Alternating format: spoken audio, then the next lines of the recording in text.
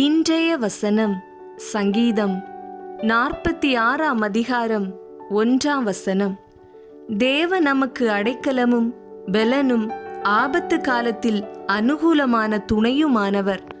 அன்பிற்குரியவர்களே, நீங்கள் இருக்கும் இடத்தில் உங்களது பயணங்களில் எனக்கென்று யாருமே இல்லை என்று நினைக்கும் நேரத்தில் இயேசு உங்களுக்கு பாதுகாப்பு தருகிறார். உங்கள் வாழ்க்கையில் உங்களை குறித்து தேவன் வைத்துள்ள திட்டங்கள் நிறைவேறும் வரை இயேசு உங்களோடு இருக்கிறார் என்பதை மறந்து விடாதீர்கள். தமது லட்சியத்தில் எத்தனையோ தடைகள் வந்தாலும் கர்த்தரை நம்பி முன்னோக்கி சென்ற பவுல் என்பவரை பற்றி பார்ப்போம். இவர் ஆரம்பத்தில் இயேசுவை பின்பற்றுபவர்களை அடித்து துன்புறுத்தி கொலை செய்வதில் இன்பம் கண்டவர். ஒரு நாள் இயேசு இவருக்கு தரிசனமாகி, என்னை ஏன் துன்புறுத்துகிறாய்? நீ துன்பப்படுத்துகிற இயேசு நான் தான் என்று கூறினார்.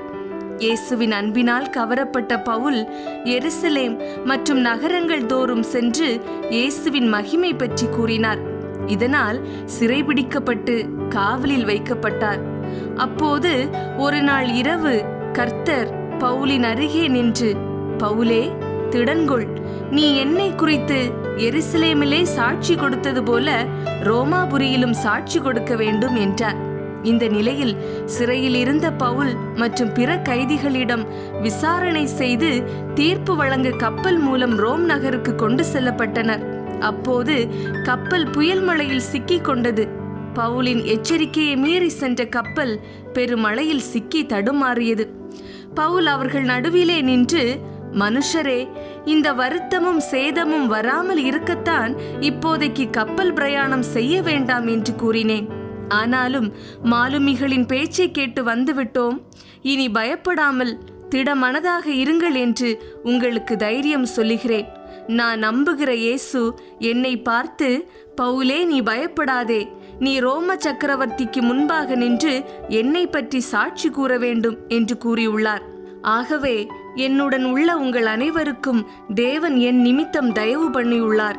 ஆகையால் சகல மனுஷரே, திடமனதாயிருங்கள், பயப்படாதீர்கள். ஆனாலும் இப்போது நாம் ஒரு தீவிலே விழ வேண்டியதாயிருக்கும் என்றார். கப்பலில் இருந்த அனைவரும் கலக்கத்துடனே இருந்தார்கள். பவுல் அவர்களுக்கு தைரியம் சொல்லி, நீங்கள் நெடுநாட்களாய் ஒன்றும் சாப்பிடாமல் பட்டினியாய் இருக்கிறீர்கள். ஆகையால் உணவு உண்ணும்படி உங்களை வேண்டிக் கொள்கிறேன். நீங்கள் நீந்தி தப்பி பிழைப்பதற்கு அது உங்களுக்கு உதவியாய் இருக்கும் என்றார்.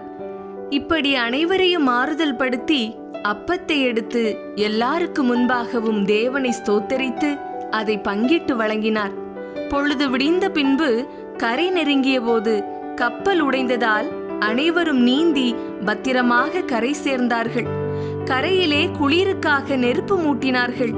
பவுல் சில விறகுகளை வாரி அந்த நெருப்பின் மேல் போடும்போது ஒரு விரியன் பாம்பு அவருடைய கையை கடித்து விட்டது. பவுல் அந்த பாம்பை தீயிலே உதறி போட்டு ஒரு தீங்கும் அடையாதிருந்தார். தீவு மக்கள் இதை கண்டு ஆச்சரியமடைந்தனர். அந்த தீவின் தலைவனின் தந்தை உடல்நலக் குறைவால் பாதிக்கப்பட்டிருந்தான். பவுல் அவனிடத்திற்கு போய் ஜெபம் பண்ணி அவன் மேல் கைகளை வைத்து அவனை குணமாக்கினார். இது நடந்த பின்பு தீவில் இருந்த மற்ற வியாதிக்காரர்களும் வந்து குணமாக்கப்பட்டார்கள். இதை அடுத்து தீவு மக்களின் உதவியுடன் ரோம் நகருக்கு செல்லும் கப்பலை கண்டு அதில் ஏறி ரோமாபுரிக்கு சென்றடைந்தார்கள். பிரியமானவர்களே, இங்கு கப்பல் பயணத்தில் புயல் காற்று, அடைமழை, உயிருக்கு ஆபத்து, கொல்ல நினைக்கும் சதித்திட்டங்கள், விரியன் பாம்பினால் வந்த ஆபத்து, இவை எல்லாவற்றையும் தாண்டி பவுல் ரோமாபுரிக்கு சென்று ரோம சக்கரவர்த்திக்கு முன்பாக நின்றார்.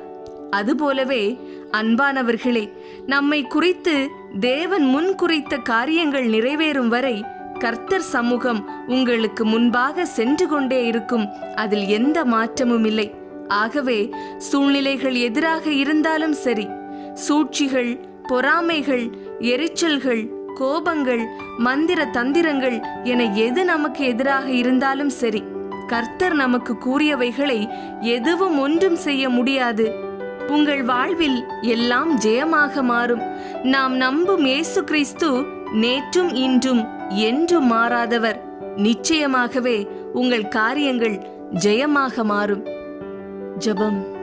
தகப்பனே, எங்கள் அடைக்கலமானவரே, சில வேளை நாங்களும் பவுலை போன்று உம்மை நம்பாமல் மற்றவர்களை துன்புறுத்தி அர்த்தமற்ற வாழ்வை வாழ்ந்து கொண்டிருக்கின்றோம். எங்களை மாற்றும் இறைவா, மெய்யாகவே மனம் திரும்பி உம்மிடம் வர கிருபை தாரும். துயரமான நேரங்களில் உம்மை மட்டுமே நோக்கி பார்க்கவும், வாக்குத்தத்தங்களில் முழு நம்பிக்கை வைத்து ஜெயத்தை பெற்றுக்கொள்ளவும் தூய ஆவியானவரின் பலனை தாரும். இயேசு கிறிஸ்துவின் நாமத்திலே ஜெபிக்கிறோம் எங்கள் நல்ல தந்தையே. ஆமேன், ஆமேன்.